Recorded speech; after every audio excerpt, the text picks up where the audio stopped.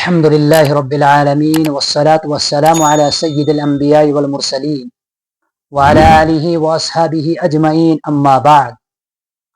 وعن حذيفة رضي الله تعالى عنه قال: سمعت رسول الله صلى الله عليه وسلم يقول: لا يدخل الجنة قطات، أو كما قال عليه الصلاة والتسليم. معزز سامعین کرام، یہ حدیث بخاری اور مسلم کی حدیث ہے. اس حدیث میں نبی علیہ الصلاۃ والسلام نے چغل خور کی وعید کو بیان کیا ہے. چغل خوری یہ بہت سنگین جرم اور سنگین گناہ ہے. جس طریقے سے قرآن کریم نے غیبت سے، تجسس وغیرہ سے سختی سے منع کیا ہے اور غیبت کے سلسلے میں سخت وعیدیں سنائی ہے. غیبت کے بارے میں کہا ہے کہ جو شخص کسی کی غیبت کرے گا وہ اپنے مردار بھائی کا گوشت کھاتا ہے. اسی طریقے سے یہ چغل خوری غیبت سے بڑھ کر گناہ ہے. وجہ اس کی یہ ہے کہ غیبت میں انسان کسی شخص کی پیٹھ پیچھے اس کی برائی کرتا ہے، لیکن دل میں اس کو نقصان پہنچانے کا کوئی ارادہ نہیں ہوتا ہے. لیکن چغل خوری میں انسان پیٹھ پیچھے بات بھی کرتا ہے اور اس کو نقصان پہنچانے کا بھی ارادہ ہوتا ہے. چغل خوری کی تعریف ہی یہی ہے کہ انسان اپنے بھائی کی پیٹھ پیچھے کسی دوسرے کے سامنے اس طریقے سے بات کرے کہ اس کو نقصان پہنچے. اور چغل خور ایسے شخص کو کہتے ہیں کہ جو یہاں سے وہاں، وہاں سے یہاں، ایک سے دوسرے، دوسرے سے تیسرے تک باتیں پہنچائے. ایک شخص نے اس کو کچھ کہا، وہ یہاں سے اٹھا اور دوسرے تک پہنچایا.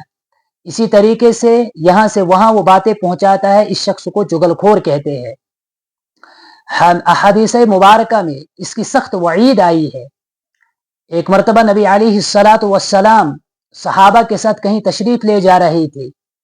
آپ صلی اللہ علیہ وسلم کا گزر دو قبروں سے ہوا. آپ صلی اللہ علیہ وسلم صحابوں کو فرمایا کہ ان دو قبر میں جو دو مردے ہیں ان کو عذاب قبر ہو رہا ہے.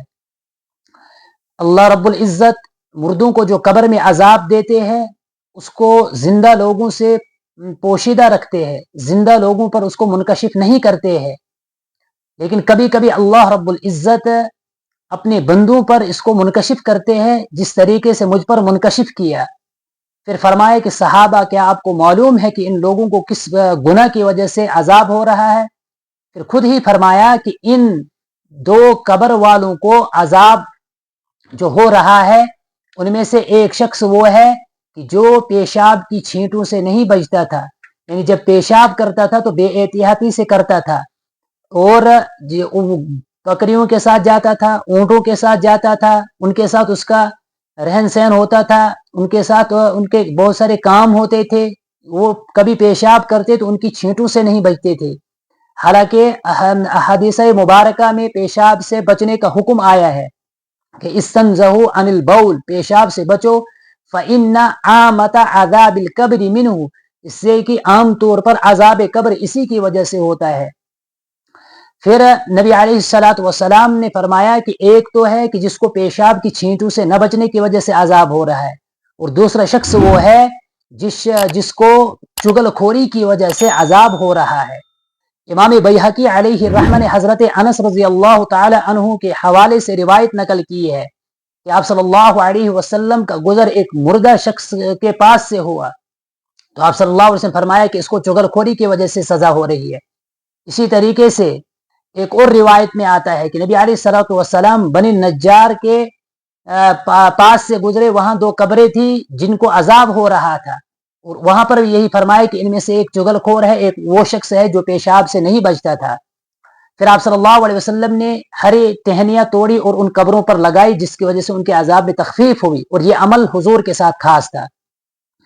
نبی علیہ الصلوۃ والسلام نے فرمایا کہ دنیا کا سب سے بہترین شخص وہ ہے جس کو دیکھ کر اللہ یاد آ جائے، اور دنیا کا سب سے بدترین شخص وہ ہے جو چغل خوری کرتا ہے.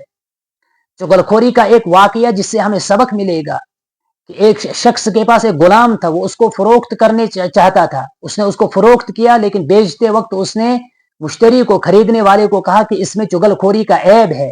خریدنے والے نے کہا کہ میں اس کو خود ٹھیک کروں گا، آپ مجھے بیچ دو. چنانچہ اس نے وہ اس کو بیچ دیا. زمانہ گزرتا گیا، دن گزرتے گئے. ایک مرد وہ غلام اس مالکن کے پاس گیا, اس اپنے آقا کی بیوی کے پاس گیا اور اس کو کہا کہ تیرا شوہر تجھ سے بالکل بھی محبت نہیں کرتا, اگر تو چاہتی ہے کہ تیرا شوہر تجھ سے محبت کرے تو استورے سے کاٹ کر اس کے بال, گردن کے بال میرے پاس لا, میں ان پر دم کروں گا, منتر پڑھوں گا, جس کی وجہ سے وہ تیری محبت میں گرفتار ہوگا. یہاں اس کو یہ پٹی پڑھائی, وہاں سے چلا گیا اور اس کے شوہر کو پٹی پڑھانی شروع کی کہ تیری بیوی کا کسی اور کے ساتھ چکر چل رہا ہے, وہ تجھے قتل کرنے کے منصوبے بنا رہی ہے, دیکھنا آج وہ استورا لے کر تجھ کو ذبح کرنے کے لیے آئے گی. چنانچہ جب بیوی بال کاٹنے کے لیے گئی, وہ چاہتی تھی کہ وہ مجھ سے محبت کرے, شوہر نے سونے کی غرض سے وہ لیٹ گیا لیکن سویا نہیں, ایسے اس نے ہیئت بنا لی سونے کی, لیکن وہ آنکھیں اس کی بند تھی, وہ جاگ رہا تھا. جو ہی عورت اس کے پاس پہنچی اور اس کے بال کو کاٹنے لگی تو شوہر ایک دم سے کھڑا ہوا اور اس کو یقین ہو گیا کہ میرے غلام نے مجھے سچ کہا تھا, اور وہ اٹھا اور اٹھ کر اس طرح سے ہی اس کو قتل کر دیا. بیوی کے گھر والوں کو پتا چلا, وہ آئے, شوہر کو قتل کر دیا. شوہر کے خاندان والوں کو پتا چلا, وہ آئے تو جنگ چھڑ گئی. بیوی کے خاندان اور شوہر کے خاندان, اسی طریقے سے دو خاندانوں میں جنگ چھڑ گئی. یہ چغل خوری جو ہے بہت سنگین جرم ہے, بہت سخت جرم ہے. نبی علیہ الصلوۃ والسلام نے حدیث پاک میں فرمایا کہ لا يدخل الجنت قطات, چغل خور شخص جنت میں داخل نہیں ہوگا اول وہلہ میں, اس کو سزا بھگتنی پڑے گی, اس کو جہنم میں جانا پڑے گا, پھر جب اللہ چاہے اس کو وہاں سے نکال کر جنت میں ڈال سکتے ہیں اگر ایمان والا ہوگا.